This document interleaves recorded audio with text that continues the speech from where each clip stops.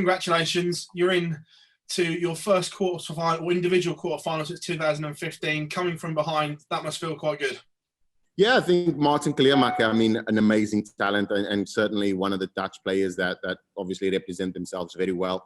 He got through Rob Cross previously before this, and it was no mug really. I mean, he shrugged Rob Cross off, but I think his pace is what is kind of, I think he's probably the quickest player in the world at this point in time. And like, he walks his last dart and he only throws 2 darts. So he's quicker than Ricky Evans. The first session, I needed to catch my breath and just find my rhythm in a sense. But yeah, it's great to come through that, and I kind of recompose myself to start the second session, and yeah, finally I got over the line, and fantastically I'm now the victor. 4-1 down. Did you need that break just to compose yourself so you didn't fall deeper into his trap? 100%. Like, it was literally chasing him, and I'm hanging on to his coattails. I missed 1 dart for 2 darts for tops, I think it was. And he was so clinical on his finishing, and I was quite mesmerized by his pace. And I thought that break came at the right time. Probably not for him, but for me, it was welcomed. And yeah, I found myself reeling off 5 legs, which I think put him in a wobble a bit. And he started thinking about the game a lot more, and you could see it come through, but not completely though. Like, there was shots where I thought that I would have a chance. Like the 104 was massive, where I missed, I think I missed the 164. And yeah, those kind of shots he was taking out. But I think his finishing is so clinical. He's scoring, obviously, when he gets to score and move closer and less mistakes, he'll be a phenomenal player. Over 18 legs, you average north of 101. That must really please you over this format. Yeah, I think it's just moving towards what I've been continuously performing. Like, it's no surprise to me. I've been putting in the hours and the work. Now, I mean, if you're saying 100 average and you're mentioning me, it's everybody's like, yeah, Devon's playing well. But in my mind itself, it's not form, it's more standard in a sense. So yeah, I'm probably not over the moon, but I'm ecstatic that I'm performing at that level. Yesterday, I had a little niggle with my first dart, and it was easily corrected today in the practice, and I'm happy that it performed on the stage quite well. All eyes will now turn to a certain match this evening where you play the winner. If Michael van Gerwen is to win, are you going to log out of social media so the dark arts don't affect you this time? No doubt. I just ignored it anyways. Previously, the thing is with me is I learn the first time I get burnt, and then I don't get burnt the second time. I know exactly what to expect. So if it does happen, I mean, that's on him. But for me, it's ultimately game on, and that was the first time I was in that kind of situation, and I've learned from that now. So yeah, I won't find myself in that situation in the future, and yeah, probably never again. Just watching him last night, he looked somewhere back to near his best. Do you think that we'll see more of that, or do you think we'll see more of the inconsistent Michael van Gerwen that we've seen over recent weeks? I'm not even focused on his game at all. I mean, he's got a massive game against Ian White. We know he's missed the consistency on the floor, and if he turns up like he normally does, Michael's got a challenge on his hands. Whoever comes through, I mean, I'm looking forward to playing my game, and if they able to compete with me, then great. If not, I'd definitely be the victor. But I'm not really focused on any player or anything like that. I'm just more focused on, if I deliver, then yeah, I'm happy with that. And whatever the result is, I'm as long as I play well, that's the only thing that matters. Devon, pleasure as always, mate. Congratulations. Thanks very much. Hi, Devon. Congratulations on a hard-fought victory. Does that performance sort of epitomise where Devon Petersen has come in the last 18 months?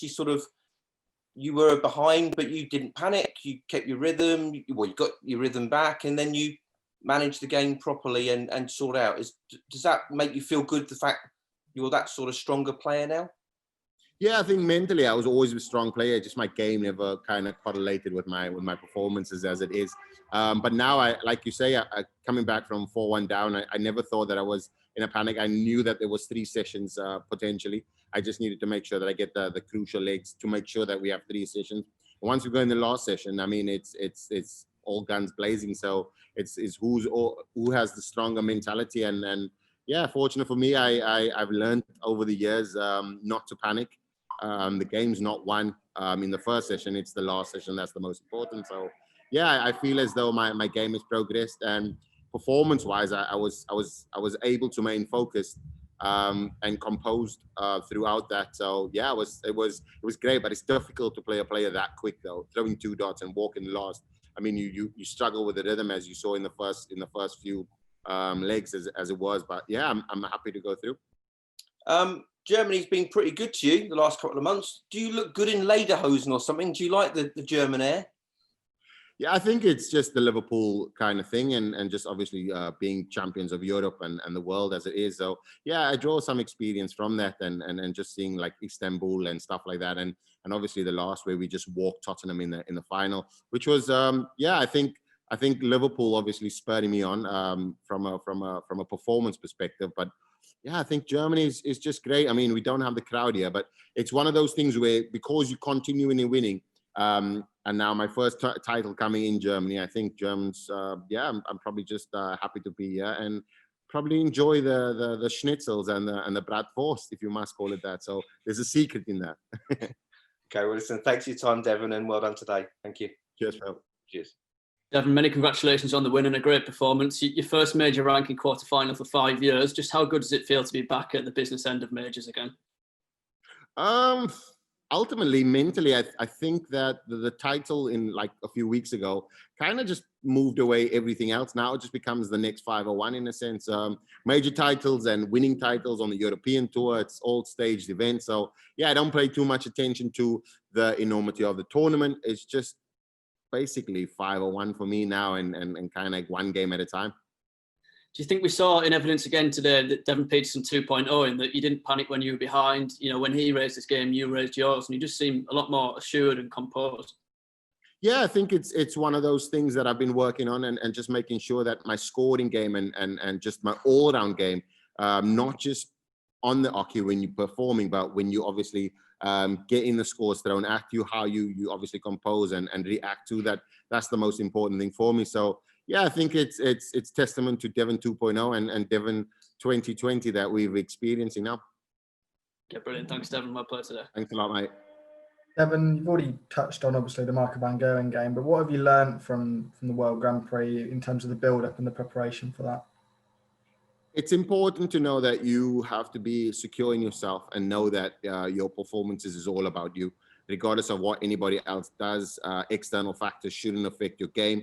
And a big thing is that regardless of what is thrown at you, just make sure that you are settled and perform at your very best.